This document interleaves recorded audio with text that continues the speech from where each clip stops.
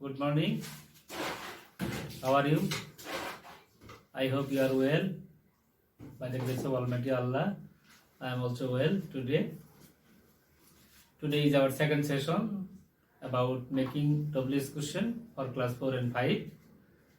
In before we took some basic rules, how to use, how to make WS question. So today we'll discuss and practice about making WS question.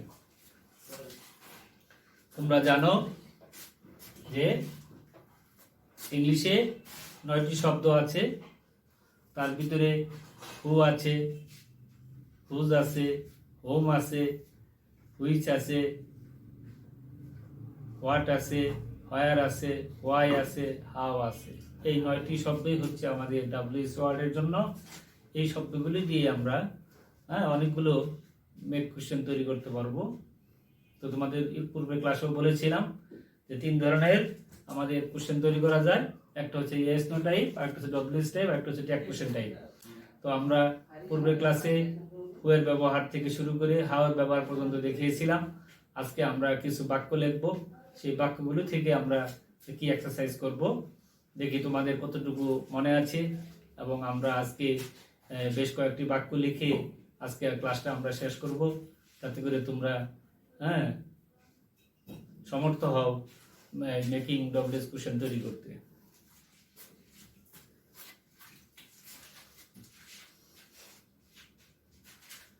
যেমন এ number বাক্য, stranger is coming. Stranger is coming. এখন আমরা স্ট্রেঞ্জারের নিচে underline করলাম, একদম specify করে দেওয়া হলো এটাকে তোমরা মেক সেন্টেন্স করবা। মেক সেন্টেন্স করতে গেলে আমাদের কি করতে হবে? স্ট্রেঞ্জার হচ্ছে আগন্তুক ব্যক্তি। আগন্তুক ব্যক্তি বেশিরভাগ অপরিচিতই থাকে। এক্ষেত্রে এ পার্সনের জন্য আমরা কি ব্যবহার করব তুমি বলো তো? ইয়েস, এখানে আমাদের হু ইউজ করতে হবে। তাহলে যদি আমরা হু ইউজ করি তাহলে আনসার কি হবে? Who is coming. Who is coming প্রশ্নবোধক চিহ্ন, এই তো আমরা হু পেয়ে গেলাম।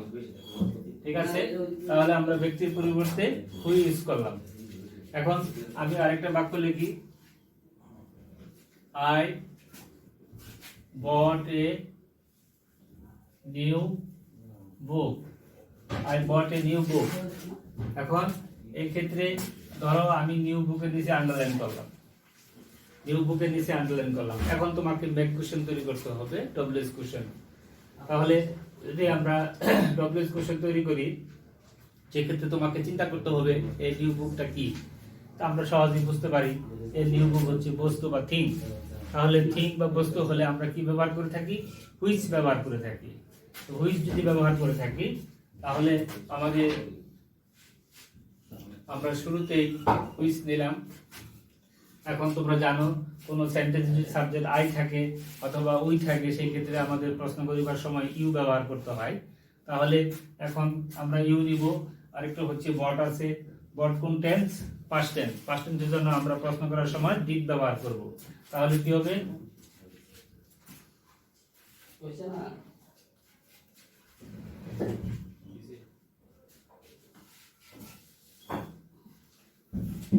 হুইচ, ডিড, তারপরে কি হবে? You buy. Which did you buy. Which did you buy. এখন হুইচের জন্য আমরা এই বুক পেয়ে গেলাম। ঠিক আছে, আচ্ছা আরেকটা বাক্য দেখো, we met Kazi Nazrul Islam. We met Kazi Nazrul Islam. এখন কাজী নজরুল ইসলামের নিচে আমরা দাগ দিয়ে দিলাম। তাহলে এখন লক্ষ্য করো, এটা হচ্ছে সাবজেক্টের অবজেক্ট। সাবজেক্টের অবজেক্ট, আমরা অনেক সময় সাবজেক্টের অবজেক্টকে নির্ণয় করতে গেলে আমরা কি ব্যবহার করে থাকি? হোম ব্যবহার করে থাকি। আমরা কি ব্যবহার করে থাকি? হোম ব্যবহার করে থাকি। তাহলে যদি হোম ব্যবহার করে থাকি তাহলে আমরা শুরুতেই কি লিখবো? হোম। যেহেতু মেট পাস্ট টেন্স, তাহলে কি লিখবো? ডিড। আবার আমাদের কি করতে হবে?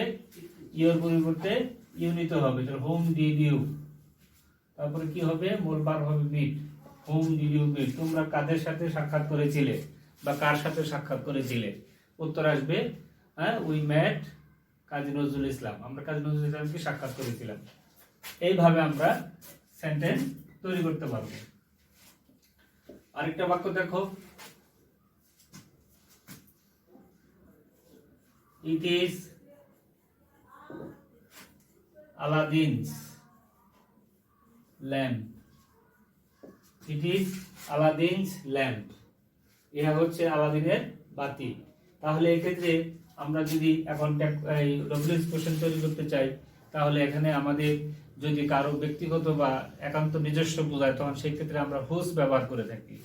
ঠিক আছে, তাহলে এখন আমরা যদি আলাদিন জিনিসে আন্ডারলাইন করি, তাহলে আমরা পেয়ে যাব, তাহলে কি হবে, whose lamp, whose lamp is it, whose lamp is it, ইহা কার বাতি, উত্তরে আসবে আলাদিনের বাতি। এটা তোমারও নয় আমারও নয়, সুতরাং এটা হবে কি হুজ, ব্যক্তিগত বা নিজস্ব অর্থে আমরা এখানে হুজ ব্যবহার করে থাকি, তাহলে হবে হুজ ল্যাম্প ইজ ইট। আমরা আরো বাক্যে যাব,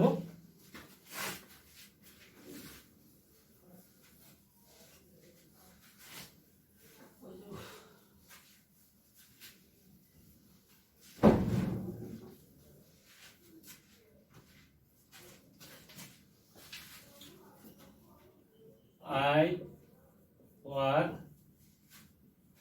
early in the morning, I work early in the morning। এখন খেয়াল করো, এই বাক্যটাকে যদি আমরা আন্ডারলাইন করি, ইন দা মর্নিং, তাহলে কি হবে, ইন দা মর্নিং কি বোঝাচ্ছে, সময় বোঝাচ্ছে। তো সময়ের জন্য আমরা কোন ওয়ার্ড ব্যবহার করি, হোয়েন ব্যবহার করি। তাহলে আমরা শুরুতে হোয়েন নিব, তাহলে হোয়েন, এখন ওয়ার্ক প্রেজেন্ট টেন্স, তাহলে কি হবে, যেহেতু এখন ইউ হয়ে যাবে, তাহলে when do you, when do you, when do you, তারপরে কি হবে, ওয়ার্ক মূল ভার্ব। প্রশ্ন হলো কখন তুমি হাঁটো, হোয়েন ডু ইউ ওয়াক, উত্তরে আসবে I walk early in the morning, আমি খুব সকালে হাঁটি। তাহলে এইভাবে আমরা কি ডব্লিউএস কোশ্চেন তৈরি করতে পারবো।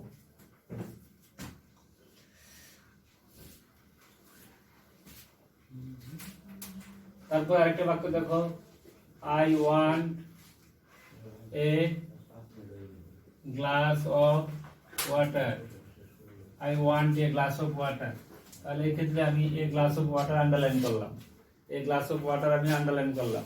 আন্ডারলাইন করাতে কি হলো,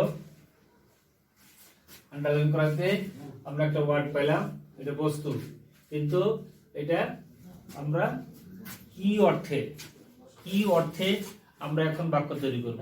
কি অর্থে বাক্য তৈরি করতে গেলে আমরা এখানে হোয়াট ব্যবহার করে থাকি, কি অর্থে কি চাও, সেই ক্ষেত্রে আমাদের হোয়াট ইউজ করতে হবে। তো হোয়াট ইউজ করতে গেলে দেখো কিভাবে হয় বাক্যটা, তাহলে হোয়াট, ওয়ান প্রেজেন্ট টেন্স, তাহলে হবে ডু, আয়ের পরিবর্তে হবে you, what do you want, what do you want, প্রশ্নবোধক চিহ্ন, তোমরা কি চাও, হোয়াট ডু ইউ ওয়ান্ট। ঠিক আছে, তুমি কি চাও, আমি এক গ্লাস পানি চাই, এই হচ্ছে হোয়াটের ব্যবহার। তারপরে দেখো, he lives in Mymensingh, he lives in Mymensingh, Mymensingh এর নিচে দাগ, হি লিভস ইন ময়মনসিং, সে ময়মনসিং এ বাস করে, এই ক্ষেত্রে ময়মনসিং এর নিচে দাগ। তাহলে ময়মনসিং কি, আসলে ময়মনসিং হচ্ছে একটা স্থান, প্লেস, প্লেসের জন্য আমরা কি ব্যবহার করে থাকি, হোয়ার ব্যবহার করে থাকি। যদি হোয়ার ব্যবহার করি তাহলে কি হবে, হোয়ার লিভস হচ্ছে প্রেজেন্ট টেন্স, সাবজেক্ট হচ্ছে হি, তাহলে আসবে ডাজ, হোয়ার ডাজ, তারপরে he, where does he live in, প্রশ্নবোধক চিহ্ন, where does he live in, অথবা আমরা ইন না লিখলেও পারি।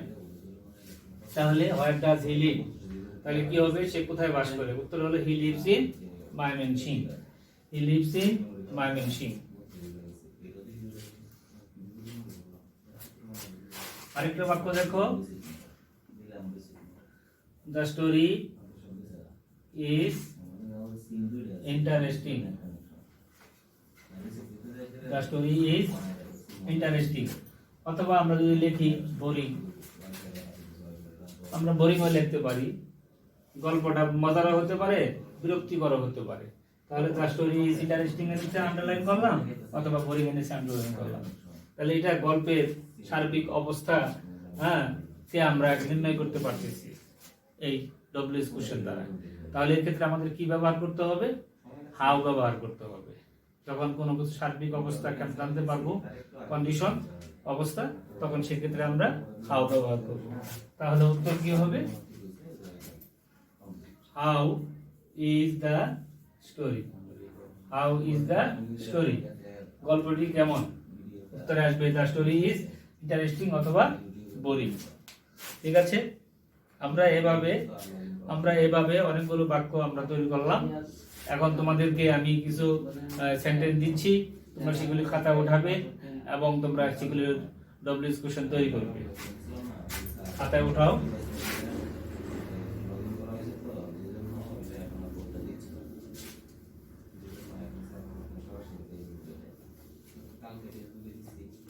আমাদের হোমওয়ার্কের জন্য দিয়ে দিচ্ছি, হোমওয়ার্কের জন্য বাক্যগুলো দিয়ে দিচ্ছি। 1 নম্বর, Nasima sing a song. Nasima sing a song.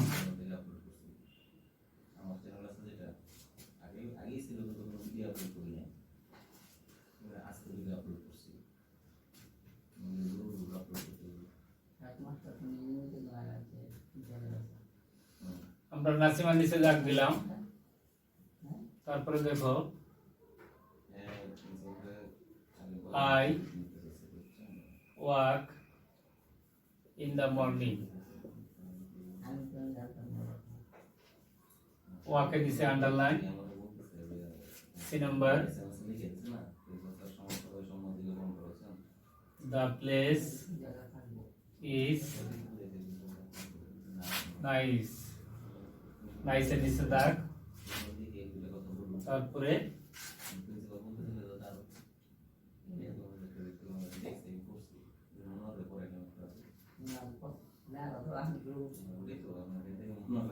we went to Dhaka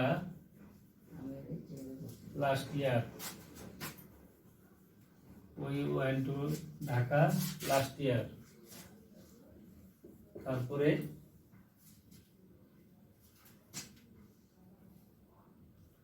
people build their houses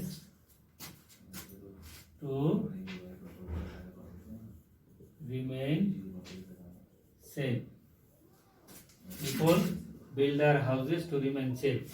এই পাঁচটা বাক্য তোমরা উঠাও, দ্রুত তোমরা সমাধান করো। আমি তোমাদেরকে আনসারগুলো একটু ভেরিফাই করে নিব। 1 নম্বর হচ্ছে, Nasima sing a song. I walk in the morning. The place is nice.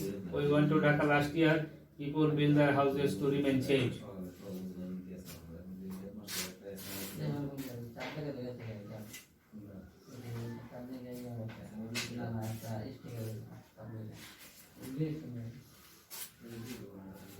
তোমাদের লেখা শেষ। 1 নম্বর, নাসিমা sing a song কি হবে? গুড। তাহলে এটা আমাদের হু ইউজ করতে হবে। নাসিমা sings a song, তাহলে হু sings a song। ঠিক আছে, হু sings a song। ফাইন। দ্বিতীয়টা কি হবে দেখো, I walk early in the morning। এখন কিন্তু ভার্বের নিচে দাগ দেওয়া আছে, তাহলে তোমাকে কিন্তু ভার্বের প্রতি গুরুত্ব দিতে হবে। I walk in the morning, তাহলে what do you do in the morning? What do you do in the morning? What do you do in the morning? তারপরে the place is nice, কি লিখছো? এটা তোমাদের কন্ডিশন জানতে হবে। How is the place? এটাকে how দিয়ে করতে হবে। How is the place? তারপরে কি আছে we went to Dhaka last year. Last year দ্বারা কি বোঝাচ্ছে? সময়কে বোঝাচ্ছে। তাহলে এখানে আমাদের when ইউজ করতে হবে। তাহলে when did you go to Dhaka? when did you go to Dhaka? when did you go to Dhaka? when did you go to Dhaka? Okay. people build their houses to remain safe। এই যে লোকজন বাসাবাড়ি তৈরি করে নিরাপদে থাকার জন্য, এটা কি একটা কারণ। তো কারণের জন্য আমাদের কি করতে হবে? why ইউজ করতে হবে। তাহলে why do people build their houses? why do people build their houses? এই হচ্ছে আমাদের কি উত্তর। তাহলে why do people build their houses? মনে রাখবে অনেক সময় অবজেক্টের পরে যখন টু যুক্ত ভার্ব থাকবে তখন বেশিরভাগ ক্ষেত্রে উদ্দেশ্য বা কারণ বোঝাবে, তখন আমরা why ব্যবহার করব। মনে থাকবে? Okay fine.